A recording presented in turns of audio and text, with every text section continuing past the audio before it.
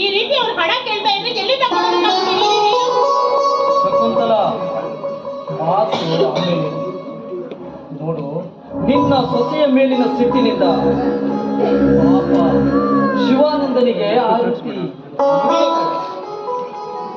ಹಣ ಕೊಟ್ಟು ಅವನ ತಂದೆಯ ಜೀವವನ್ನ ಉಳಿಸಿಕೊಟ್ಟು ಮಾಡಿದ ಉಪಕಾರನ ಮನಸ್ಸಲ್ಲಿ ಹಿಡಿಯೋ ಜನ ಅಲ್ಲಣ್ಣ ಇವರು.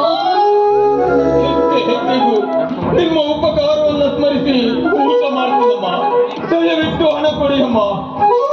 ಶಕುಂತಲ ಮಾತು ಆಮೇಲೆ ಇರಲಿ, ಮೊದಲು ಹಣ ಕೊಟ್ಟು ಕಳಿಸಿ.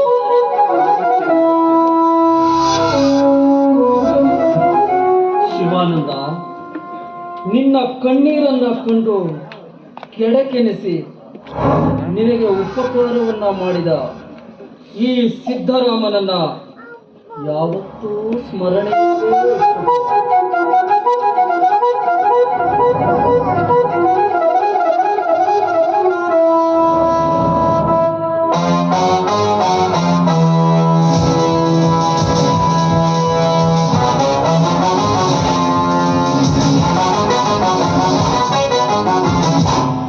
ಹೋಗು ಶಿವಾನಂದ, ಹೋಗು. ಶಕುಂತಲ, ನನ್ನ ಮಾರ್ಕಟದ ಮಾಯಾಜಲ ತಿಳಿಯಿತೆ? ನನಗೇನು ಅರ್ಥ ಆಗ್ತಾ ಇಲ್ಲ ಅಣ್ಣ. ಮೊದಲು ಫೋನ್ ತಗೋ, ಪೊಲೀಸ್ ಸ್ಟೇಷನ್ಗೆ ಕಾಲ್ ಮಾಡು. ಅಯ್ಯೋ, ಪೊಲೀಸರಿಗೆ ಏಕೆ? ಶಿವಾನಂದ ಎಂಬುವನು ನನ್ನ ಮನೆಯಿಂದ 20,000 ಹಣವನ್ನ ಕದ್ದೊಯ್ದಿದ್ದಾನೆ ಅಂತ.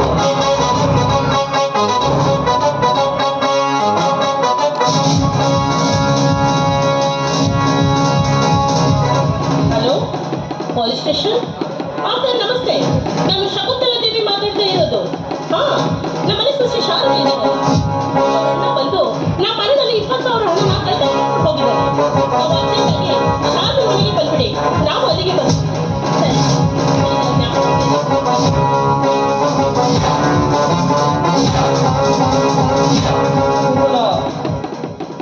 ಸ್ವಲ್ಪ ನಿಧಾನಿಸಿ.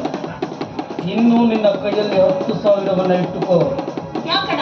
ಏಕೆಂದರೆ ಪ್ರಕರಣ ಎಲ್ಲಿಯಾದರೂ ನಮ್ಮ ಕಡೆ ತಿರುಗಿದರೆ ತಪ್ಪಿಸಿ ಮಾಡಲು ಬೇಕಲ್ಲವೇ? ಆಮೇಲೆ ಶಿವಾನಂದನ ಕೈಗೆ ಓಳ ತೊಳಿಸುವುದನ್ನು ನೋಡೋಣ. ಈಗ ನಡೆಯೋಣ. ತಲೆ